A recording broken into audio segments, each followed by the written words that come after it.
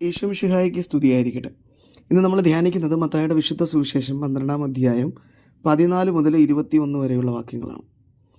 യേശുനാഥനെ നശിപ്പിക്കാൻ ഗൂഢാലോചന നടത്തുന്ന ഫരിസേയരെക്കുറിച്ചും ഇത് മനസ്സിലാക്കി അവിടെ നിന്ന് പിൻവാങ്ങി മറ്റ് സ്ഥലങ്ങളിലേക്കെത്തി ഒത്തിരിയധികം അത്ഭുതങ്ങളും അടയാളങ്ങളും നടത്തുന്ന യേശുനാഥനെക്കുറിച്ചുമാണ് സുവിശേഷം നമ്മളോട് സംസാരിക്കുന്നത്. ഇന്ന് നമ്മൾ ധ്യാനിക്കുന്നത് ഈ ഫരിസേയരെക്കുറിച്ചാണ്. എന്തിനാണ് അവർ യേശുനാഥനെ നശിപ്പിക്കേണ്ടതിന് വേണ്ടി ആലോചന നടത്തിയത്? ഈ ഫരിസേയർ BC 16-ാം നൂറ്റാണ്ടിൽ യഹൂദർക്കിടയിലുണ്ടായ ഒരു പ്രത്യേക വിഭാഗം ആളുകളാണ്.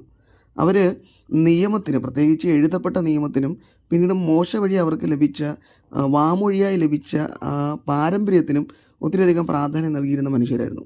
ഇവർ വളരെ നല്ല ഉദ്ദേശത്തോടു കൂടെ യഹൂദർക്കിടയിൽ ഉയർന്നു വന്ന ഒരു വിഭാഗം ആളുകളാണ്. ഒത്തിരിയധികം പഠിച്ചവരും ഈ വചനത്തിൽ ആഴത്തിൽ അറിവുണ്ടായിരുന്നവരുമാണ്. അപ്പോൾ ഇവരുടെ യഥാർത്ഥ ഉദ്ദേശം മനുഷ്യരെ സഹായിക്കുകയായിരുന്നു. പക്ഷേ യേശുനാഥൻ്റെ കാലത്തെത്തിയപ്പോഴേക്കും ഇവർ ഈ പാരമ്പര്യങ്ങൾക്ക് ഒത്തിരിയധികം പ്രാധാന്യം നൽകി അവർ ഈ കരുണ, ദയ, നീതി തുടങ്ങിയ ദൈവം ആഗ്രഹിക്കുന്ന നന്മകളെ മറന്നു പോവുകയും ചെയ്തു. അപ്പോൾ ഇവർ എന്ത് വില കൊടുത്തും ഈ പാരമ്പര്യം സംരക്ഷിക്കണം എന്നതിനെക്കുറിച്ച് മാത്രമാണ് ചിന്തിച്ചിരുന്നത്. ഈ പാരമ്പര്യത്തിൻ്റെ ഭാഗമായിരുന്നു അവർക്ക് ലഭിച്ചിരുന്ന സാബത്ത് ലംഘിക്കാതെ സൂക്ഷിക്കുന്നത്. അപ്പോൾ യേശുനാഥനെക്കുറിച്ച് അവിടുന്ന് കൂടുതൽ കരുണയ്ക്ക് പ്രാധാന്യം കൊടുത്തതുകൊണ്ട് ഈ സാബത്ത് പലപ്പോഴും യേശുനാഥൻ ലംഘിക്കുന്നത് നമുക്ക് കാണാൻ സാധിക്കും. അവിടുന്ന് സാബത്തിൽ നന്മ ചെയ്തുകൊണ്ട് മനുഷ്യരെ കൂടുതൽ രക്ഷയിലേക്ക് സ്വീകരിക്കുകയായിരുന്നു.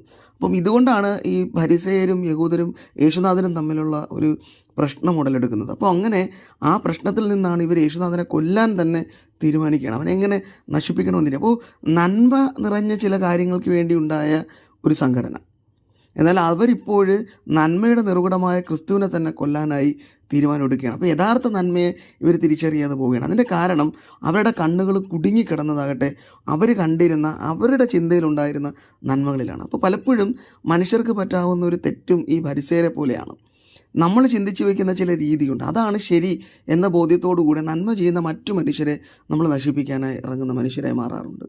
പലപ്പോഴും എൻ്റെ ഭാഗം മാത്രമാണ് ശരി എന്നുള്ളൊരു ചിന്തയിൽ നിന്നാണ് വരുന്നത്. അവർ യേശുനാഥനെ മനസ്സിലാക്കാനോ യേശുനാഥൻ്റെ ശരി എന്താണെന്ന് മനസ്സിലാക്കാനോ അവരൊരിക്കലും തയ്യാറായിരുന്നില്ല. ഇതാണ് ഈ ഫരിസേയ മനോഭാവം എന്ന് പറയുന്നത്. ഈ മനോഭാവത്തിനെതിരെയാണ് പലപ്പോഴും യേശുനാഥൻ കലഹിച്ചിരുന്നത്. ഇന്നത്തെ സുവിശേഷം നമ്മളോട് ആവശ്യപ്പെടുന്നതും അങ്ങനെ തന്നെയാണ്. ഞാനാണ് ശരി എന്നുള്ള ഭാവത്തിലെ ചിന്ത ഒരു ഫരിസേയ മനോഭാവമാണ്.